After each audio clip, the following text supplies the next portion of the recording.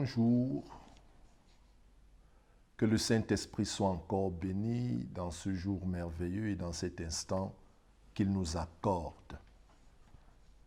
À vous, peuple de Dieu répandu de par le monde, à vous, frères et sœurs en Christ, à vous, nations, Dieu qui vous a créé s'adresse encore en ce matin à vous par sa parole. Car le Seigneur n'est pas en dehors de sa parole. Nous sommes unanimes sur le fait qu'aujourd'hui, nous sommes en pleine crise dans le monde. C'est la peur, c'est la panique aux quatre coins. Les hommes ne savent plus à quel saint se vouer. Et ce qui est dommage, c'est que même les enfants de Dieu rentrent dans cette danse. L'inquiétude a gagné les cœurs, la peur et tout ce qui est semblable. Mais en ce matin, le Seigneur vient s'adresser à vous parce qu'il vous aime, parce qu'il nous aime. Donc sans plus tarder, nous allons rentrer dans un petit moment de partage en lisant dans l'évangile de Matthieu au chapitre 6, les versets 25 au verset 34. Je lis au nom de Jésus-Christ. C'est pourquoi je vous dis, ne vous inquiétez pas pour votre vie de ce que vous mangerez, ni pour votre corps de quoi vous serez vêtus. La vie n'est-elle pas plus que la nourriture et le corps plus que le vêtement? Regardez les oiseaux du ciel, ils ne sèment ni ne moissonnent, et ils n'amassent rien dans des greniers, et votre Père céleste les nourrit. Ne valez-vous pas beaucoup plus qu'eux? Qui de vous, par ses inquiétudes, peut ajouter une coudée à la durée de sa vie? Et pourquoi vous inquiétez au sujet du vêtement? Considérez comme croissent les lys des champs. Ils ne travaillent ni ne filent. Cependant, je vous dis que Salomon, même dans toute sa gloire, n'a pas été vêtu comme l'un d'eux. Si Dieu revêt ainsi l'herbe des champs, qui existe aujourd'hui et qui demain sera jetée au four, ne vous vêtira-t-il pas à plus forte raison, gens de peu de foi? Ne vous inquiétez donc point. Et ne dites pas que mangerons-nous, que boirons-nous, de quoi serons-nous vêtus? Car toutes ces choses sont les païens qui les recherchent. Votre Père céleste sait que vous en avez besoin. Cherchez premièrement le royaume et la justice de Dieu, et toutes ces choses vous seront données par-dessus. Ne vous inquiétez donc pas du lendemain, car le lendemain aura soin de lui-même. À chaque jour suffit sa peine. Amen. Ça, c'est le passage qui fait l'objet de notre méditation en ce matin. Chers frères et sœurs, il faut comprendre quelque chose. Étant enfant de Dieu, étant né de nouveau, il faut savoir que l'intervention de Dieu dans vos vies se fera toujours de façon surnaturelle. Et pour établir votre victoire, sachez qu'il y a des étapes par lesquelles vous devez passer. Alléluia. Donc il faut une bonne préparation. Une équipe qui gagne, un soldat qui va en bataille et qui remporte la victoire est un soldat formé, est un soldat qui suit ce qui lui a été enseigné, qui marque scrupuleusement ce qu'il a fait et le fait comme il doit le faire. Donc il y a des étapes. Et parmi ces étapes, comme nous disons en ce matin, la Bible nous exhorte à être serein. En ce matin, je viens vous dire, gardez le calme et la confiance. C'est de ça dont nous parlons en ce matin. Alléluia.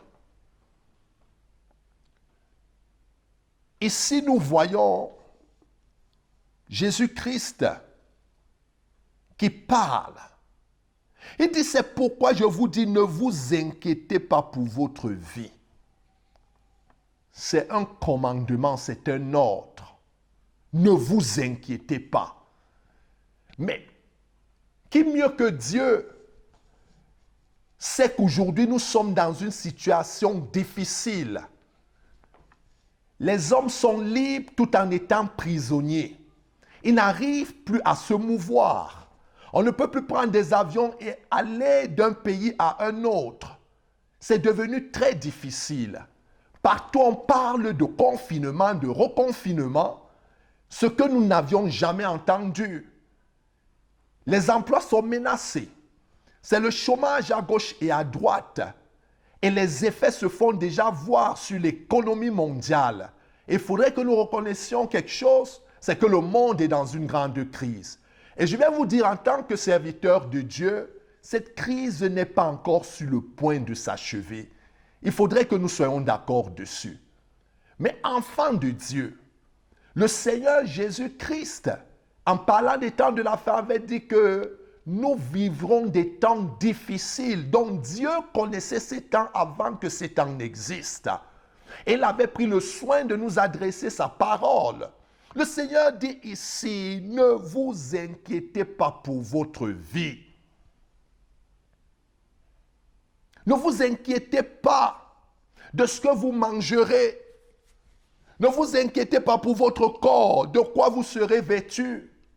Ne vous inquiétez pas de vos enfants. Comment est-ce qu'ils auront une bonne éducation alors qu'autour d'eux, c'est la drogue, c'est le sexe, c'est l'alcoolisme. On se pose toutes sortes de questions. C'est le chômage à gauche et à droite. On n'arrive plus à se nourrir, on n'arrive plus à se loger. Les gouvernements sont en crise. Mais le Seigneur, encore en ce matin par ma bouche, vient vous dire, ne vous inquiétez pas. Ne vous inquiétez pas. Et il ne s'est pas seulement évertué à le dire, mais il a démontré pourquoi est-ce qu'en tant qu'enfants de Dieu, nous ne devons pas nous inquiéter. Il va dire ici, regardez les oiseaux du ciel. Dites-moi, quel est l'oiseau qui a un champ? Quand est-ce qu'on a vu un oiseau défricher, apprêter un champ, brûler les herbes, attendre les premières pluies pour planter? Jamais ça ne s'est vu et jamais ça ne se verra. Et il dit, regardez bien. Les oiseaux crient, c'est Dieu qui les nourrit. Et le Seigneur va dire quelque chose de merveilleux ici. Alléluia. Il va dire, ils n'amassent rien dans des greniers et votre Père céleste les nourrit. Il n'a pas parlé du Père des oiseaux. Il dit, vous qui vous inquiétez, mais ne savez-vous pas que c'est votre Père céleste, pas votre Père terrestre. Il ne parle pas ici de vos parents naturels. Mais il parle de Dieu qui a fait de nous ses fils. Quand vous lisez dans l'évangile de Jean au chapitre 1, nous tous qui avons accepté la parole, nous sommes devenus enfants de Dieu. Avant de continuer, je voudrais te dire à toi qui m'écoutes qu'il est temps plus que jamais de te repentir et de naître de nouveau. Et l'occasion t'est donnée. Et avant de continuer, nous allons faire cette prière ensemble. Père céleste, j'ai entendu ta parole. Je me répands de toutes mes attitudes qui ne t'ont point honoré. En cet instant, je t'invite dans ma vie.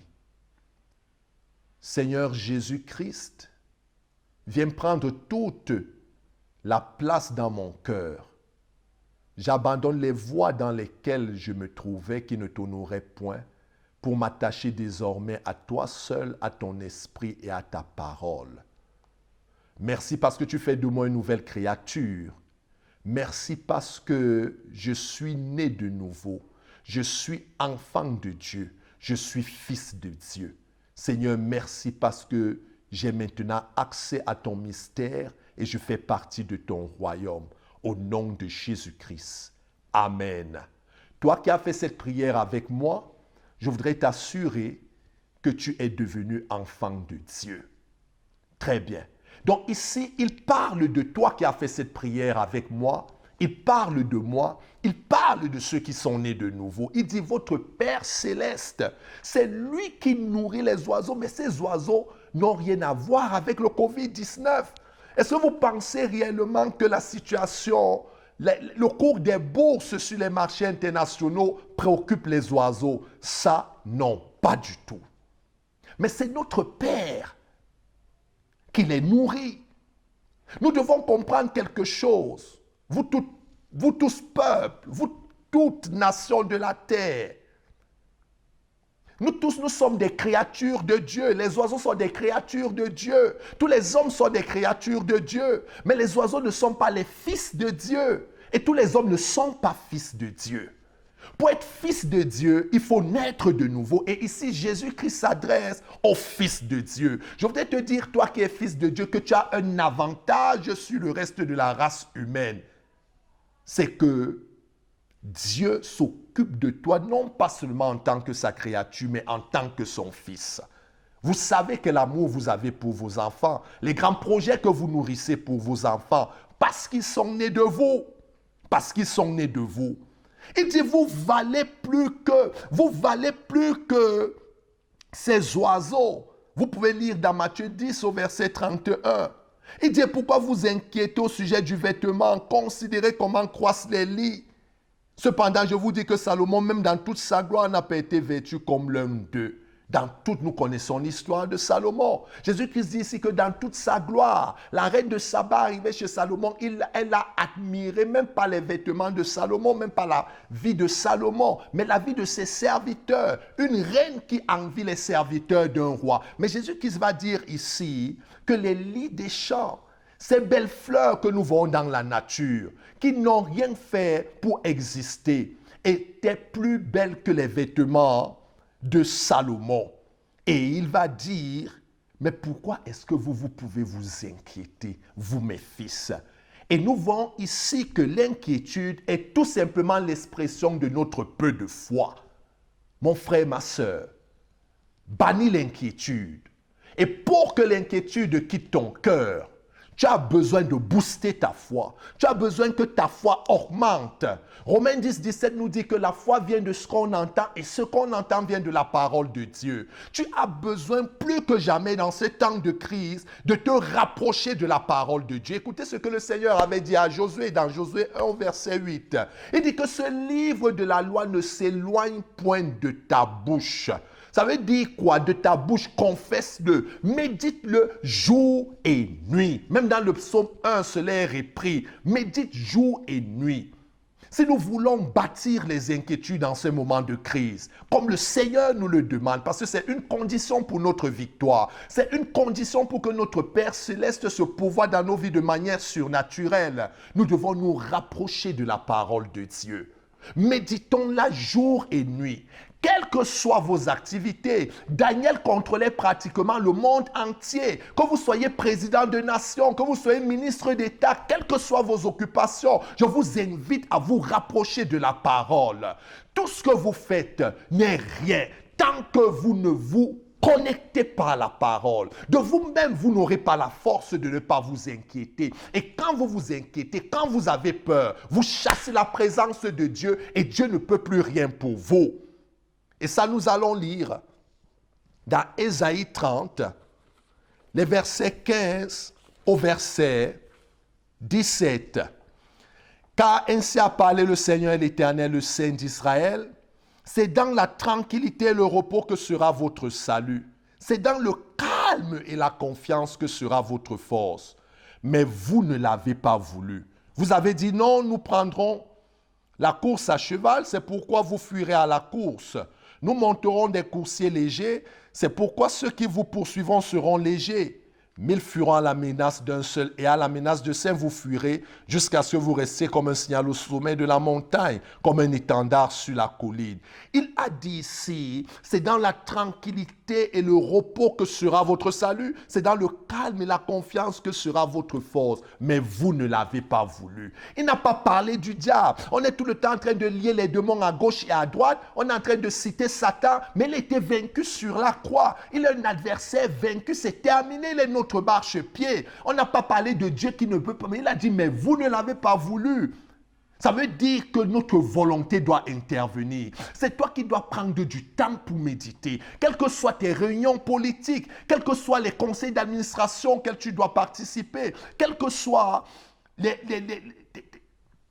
Quelles que soient tes occupations, trouve du temps. Il dit, vous ne l'avez pas voulu. La tranquillité et le repos sont à notre disposition. Jésus-Christ nous a accordé la grâce dans ce monde de vivre dans cet état. Mais c'est à nous de l'accepter. Et en ce matin, tu en as besoin. Tu en as besoin, mon frère. Tu en as besoin, ma soeur. Quel que soit le lieu où tu te trouves. Au-dessus de nous, les nuages sont sombres. Faites attention. Nous vivons dans un monde difficile. Le Covid, il faut se vacciner et autres. Où irons-nous? Que ferons-nous? C'est difficile. On s'interroge. Rien ne va plus. Tous les projets sont arrêtés. Parce que subitement, nous nous sommes retrouvés en face d'un ennemi redoutable. Mais enfant de Dieu, fils de Dieu, vous êtes plus que vainqueur au nom de Jésus-Christ. Mais mettez votre volonté à cultiver la confiance, le calme, parce que c'est là notre force. C'est là notre force. Vous devez vous abandonner complètement entre les mains de Dieu. Le Seigneur a dit, mais qui d'entre vous par le souci qu'il ne se donne pas ajouter une coudée à sa vie ou à sa taille? Ça ne sert à rien, les inquiétudes ne changent rien, ça n'ajoute rien. Que vous pleuriez, que vous vous mortifiez ou pas. Non, mais ça n'ajoute rien. C'est oui, des maladies dans nos corps. Insomnie, des AVC, des fatigues et autres. Alors cessez. Cessez. Ne regardez pas à ce qui se passe autour de vous. Cessez de vous confier aux informations que vous écoutez. Mais focalisez-vous sur la parole de Dieu. Le Seigneur dit que je sais que vous êtes en pleine crise. Je sais de quoi vous avez besoin. Mais il dit, et ça c'est merveilleux, ça c'est merveilleux. Lorsque nous lisons le verset 32, je vais lire dans une autre version. En effet, les gens qui ne connaissent pas Dieu cherchent tout cela sans arrêt. Mais l'inquiétude, c'est pour les païens. L'inquiétude, c'est pour les gens qui ne connaissent pas Dieu. Comment peux-tu prétendre Dieu, connaître Dieu et être inquiet?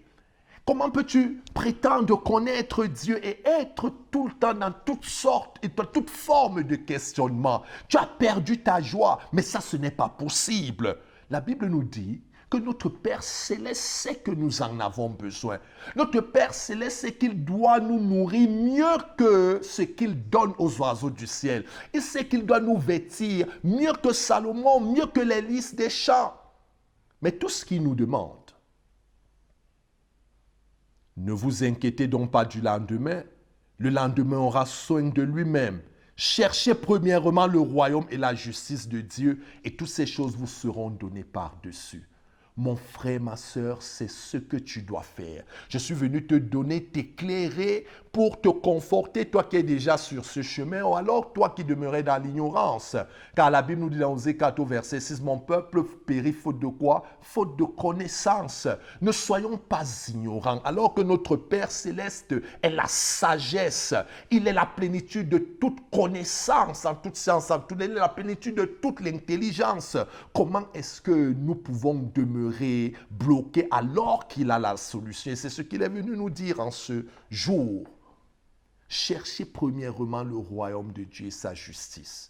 Méditez la parole de Dieu. Romains 12, verset 2. Laissez-vous transformer et renouveler dans votre intelligence par la parole de Dieu pour connaître ce qui est bon, agréable et parfait. Votre salut en dépend. Votre victoire en dépend. L'intervention miraculeuse de Dieu en votre faveur en dépend. Votre solution en dépend. Tout dépend de vous. Mettez votre volonté. Prenez votre temps.